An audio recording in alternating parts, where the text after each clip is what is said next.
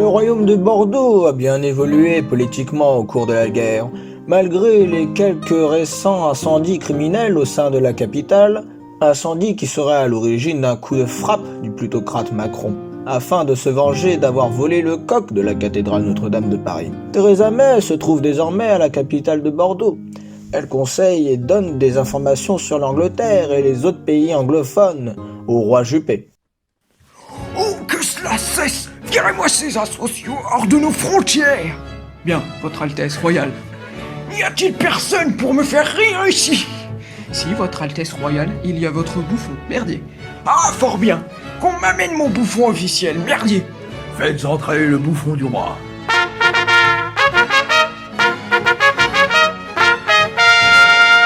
Oh, Votre Altesse, c'est un immense plaisir de répondre à votre si charitable demande. Nulle personne dans ce monde n'est aussi redevable et juste pour son peuple. Que puis-je pour ma grande et sublime Altesse royale? Divertis-moi, bouffon! Votre Altesse veut que je le divertisse? Fort bien. Peut-être souhaitez-vous un tour de magie, ou bien que je jongle les débats, ou que je fasse le funambule sur une corde, ou bien encore un concours de paix. Je ne t'ai pas demandé de faire la poire, mais de me faire rire! Oh, pardonnez-moi sincèrement, votre sublime Altesse. En aucun cas, je n'avais l'intention de vous offenser.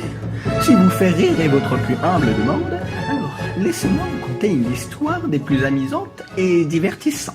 Celle où Macron fut berné. Fort bien! Je suis tout oui. Formidable! Cette histoire remonte il y a des mois, bien avant que la guerre ne se déclarât. Sir Stéphane Bern, alors grand animateur, aussi grand cœur générateur. Mais la faillite ne tarda pas à venir. Alors qu'il voyait sa carrière finir, Macron fit la stérilité d'un geste, ce que nul autre aurait pu contester. Il obtenut au gouvernement une place de choix, que personne ne contesta, ni même les lois. Si on le surnomma Monsieur Patrimoine, malgré que l'habit ne fait pas le moine. Hormis son rôle des plus nobles, il n'hésita pas d'être ignoble. On sait tous que le cœur conquis de Brigitte, celle qu'il aurait pu être sa mie. Macron ne tarda pas à savoir, et profita de ses grands pouvoirs pour définitivement le virer, une certaine façon de se venger. Sir Bern, aussi choqué que trahi, dit à corsaire et demi, Macron était ahuri de Chaillot et jura d'avoir sa peau. Alors en simple visite, Sir Bern discrètement en profite pour voler une part du trésor que les coffres gardaient bien fort. Nul ne s'aperçut de la présence d'un intrus. Il quitta aussitôt Paris et déclara « Macron, c'est fini !»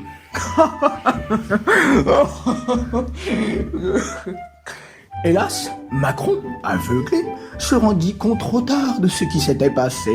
On prétend que juste après cette nouvelle, dans son élan de colère, finit dans une poubelle. Pour conclure, Sir Bern déclara « Voilà malotru de capitaliste, ça t'apprendra. À celui qui a tenté de m'effacer, a fini par se faire berner. » Ah, j'avoue que je ne connaissais pas cette histoire de ce pittoresque Macron. Ah, lui-même, il est une comédie. Merci, bouffon. Pars, je ferai appel à toi quand le besoin m'en viendra. Le roi Juppé a créé la JASA, ou Juppé's Apollo Systems Administration, afin de pouvoir conquérir la Lune. Il a convoqué ses deux conseillers, le sage Merlin l'Allemand et le chef Laurent Fabius, afin de montrer son intention de créer un équipage. Il cherche des équipiers partout dans la France, qui devront respecter ses conditions. Obéir et jurer fidélité au roi Alain Juppé, donc ne pas le trahir, être courageux et ne pas avoir peur de l'espace, rejoindre par la même occasion la guerre aux côtés du royaume de Bordeaux, boire le cognac et subir au passage le supplice du communiste, afin d'être purgé du communisme. Et enfin, être un héros ou une personnalité française. Le roi Juppé envoie donc Laurent Fabius et tous les membres de l'ordre chevaleresque du Conseil constitutionnel chercher ces personnes partout en France, qui représenteront l'équipage Apologie.